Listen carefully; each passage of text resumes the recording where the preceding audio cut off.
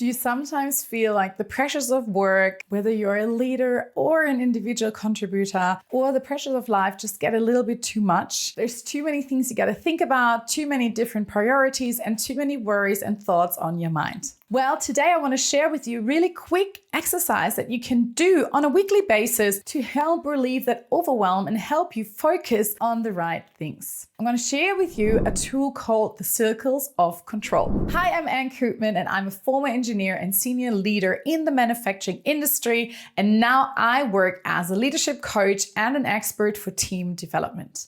Make sure that you subscribe to my channel now because I regularly post new videos with leadership and communication tips and also tips around building effective teams. So if you're like me, then your brain is probably filled with lots of things you got to remember and think about, and also some worries you might have about the state of the world, for example. And sometimes it can all feel too much. On a Monday morning, for example, when you start work and you don't even know where to focus on. If you're a leader, you might have lots of different people that want things from you, and then you have your own task and your own worries, and it can sometimes all get too much. The Circles of Control is a really cool tool and exercise that you can now do with me today to help you get a little bit more clarity on all the things that are on your mind and reprioritizing and taking action where it matters. It's a tool that's derived from the 7 Habits of Effective People by Stephen Covey. And he introduces the circles of concern, influence, and control as a way for you to distinguish where you need to put your energy and focus. So to explain this tool, let's start with the big circle. The big circle looks at everything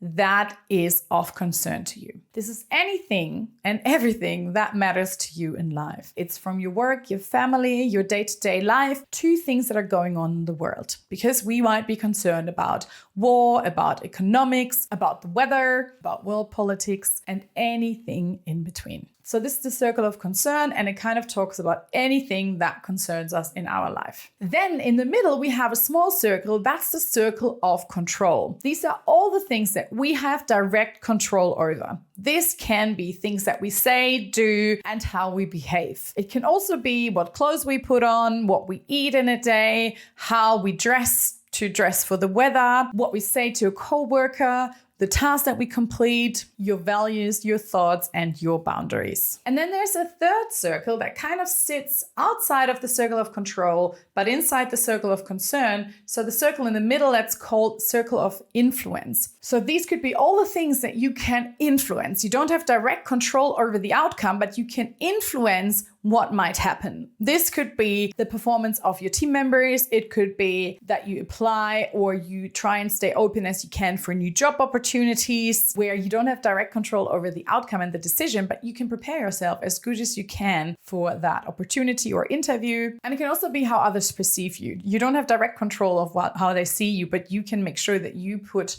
certain things into place and in your behaviors and what you say to influence how other people perceive you. Okay, now that we've explained the theory around the 3 circles, the circle of control, circle of influence, and circle of concern, I want to guide you through a quick exercise that you can do right now with me. For that exercise, take a piece of paper and a pen. And now I want you to just write a list and brain dump anything that's on your mind. Don't worry at what it is. Anything that concerns you, that you're worrying about, that you need to get done, that is scaring you, that is stressing you out, that's frustrating you. Anything that's on your mind that you're worrying about, write it on the list. You can pause me now to take a few minutes to complete this. Great. Now that you have done your whole list of things that are on your mind and are worrying you, I want you to start to look at the 3 circles. So now draw 3 circles on your piece of paper. They can look like this. And now I want you to take each of these items and write them in the circles where it fits. If it's something like world politics or the weather, put it in the circle of concern, the outer circle. If it's something that you can directly impact by your actions, where you can actually have direct impact on the outcome, put it in the middle circle, the smallest one, the circle of control. And for anything that you can influence with your actions, that you can work towards to, put it into the circle of influence. Take some time now, pause this video and complete this.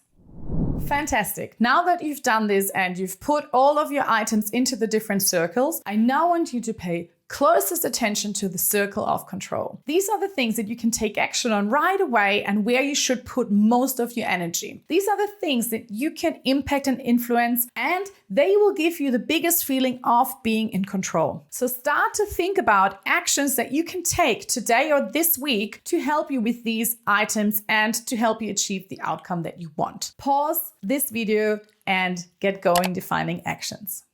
Well done. Now define your actions for the circle of influence. These are things that you cannot directly impact the outcome, but you can schedule meetings, talk to certain people, prepare a report, prepare yourself for an interview. You can start to take actions to get a bit closer and get a little bit more in control of the outcome by increasing your influence on this outcome. So pause the video now and define some actions for everything in the circle of influence.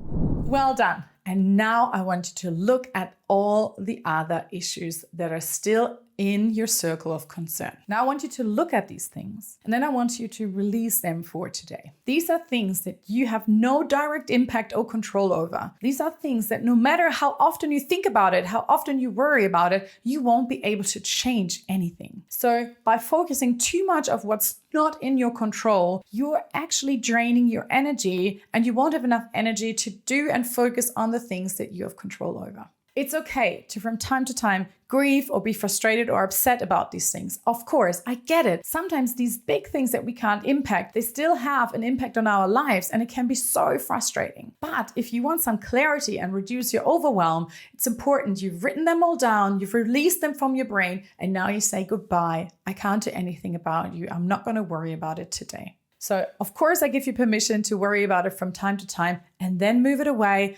write it in your circle of concern, and then focus on the other two circles, control and circle of influence, to define your actions. Give it a go. I'm sure that this will help you to clear that brain fog and to be able to really know and reprioritize what you want to put your time and energy towards to, and it will help you feel more in control and less overwhelmed as you start your workday or as you complete this work week. Let me know if you found this helpful, if you've given it a try. Put it in the comments below. I would love to hear from you, and I can't wait to see you soon.